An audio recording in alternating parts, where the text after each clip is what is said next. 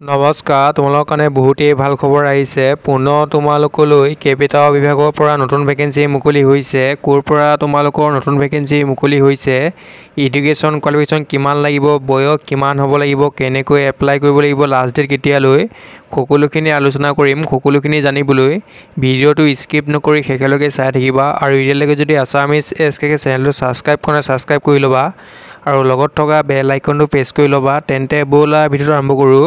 প্ৰথমে আমি আলোচনা কৰিম এছএছচি ফালৰ পৰা অহা তোমালোকৰ পোষ্টসমূহৰ বিষয়ে, যি নেকি তোমালোকৰ আহিছে এছএছচি ফালৰ পৰা। তোমালোকৰ নেম অফ পোষ্ট, তোমালোকৰ জুনিয়ৰ ট্ৰেন্সলেটৰ পোষ্ট মুকলি হৈছে। নাম্বাৰ অফ ভেকেঞ্চি, নটিফিকেশ্যন তোমালোকক কোনো ধৰণৰ মেনশ্যন কৰা নাই এতিয়া বৰ্তমান।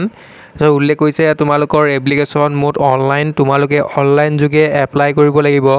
ষ্টাৰ্টিং ডেট হৈছে তোমালোকৰ 20/07/2022, 20 জুলাই তাৰিখৰ পৰা তোমালোকৰ অনলাইন এপ্লাই চলি আছে।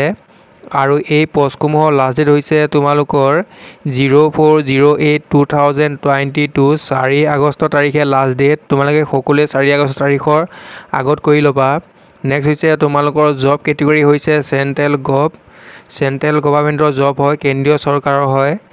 আৰু তোমালোকৰ ভেকেঞ্চিসমূহ ভগাই দিয়া হৈছে। জুনিয়ৰ তোমালোকৰ হিন্দী ট্ৰেন্সলেটৰ আছে, লগতে আছে তোমালোকৰ জুনিয়ৰ ট্ৰেন্সলেটৰ, লগতে তোমালোকৰ ছিনিয়ৰ হিন্দী ট্ৰেন্সলেটৰ আছে। 3টা বিভাগৰ পৰা তোমালোকৰ পোষ্টসমূহ মুকলি হৈছে। আৰু এডুকেশ্যন কোৱালিফিকেশ্যন তোমালোকৰ উল্লেখ কৰা হৈ আছে master degree in Hindi or English, compulsory subject তোমালোকৰ হ'ব লাগিব। নেক্সট তোমালোকৰ master degree in any subject with English medium and Hindi, compulsory subject থাকিব লাগিব, তেতিয়াহে তোমালোকে এপ্লাই কৰিব পাৰিবা। নেক্সট তোমালোকৰ এজ লিমিটটো দিয়া হৈ আছে 18ৰ পৰা তোমালোকৰ 30 বছৰ হ'ব লাগিব।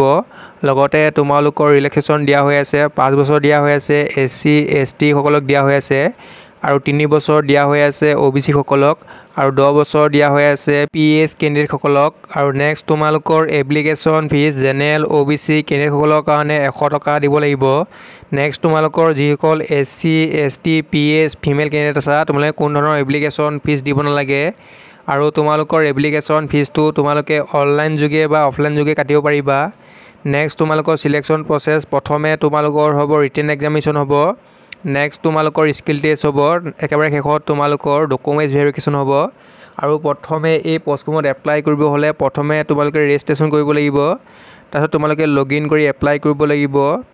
আৰু নেক্সট তোমালোকৰ হৈছে চিলেবাছ দিয়া হৈ আছে, যি নেকি তোমালোকৰ টায়াৰ 1 এক্সামৰ কাৰণে তোমালোকৰ দিয়া হৈ আছে। জেনেৰেল ইংলিছ 100 মাৰ্কছৰ হ'ব আৰু 100 কুৱেশ্যন থাকিব। নেক্সট তোমালোকৰ জেনেৰেল হিন্দীৰ কাৰণে তোমালোকৰ 100 মাৰ্কছ থাকিব, 100 কুৱেশ্যন থাকিব।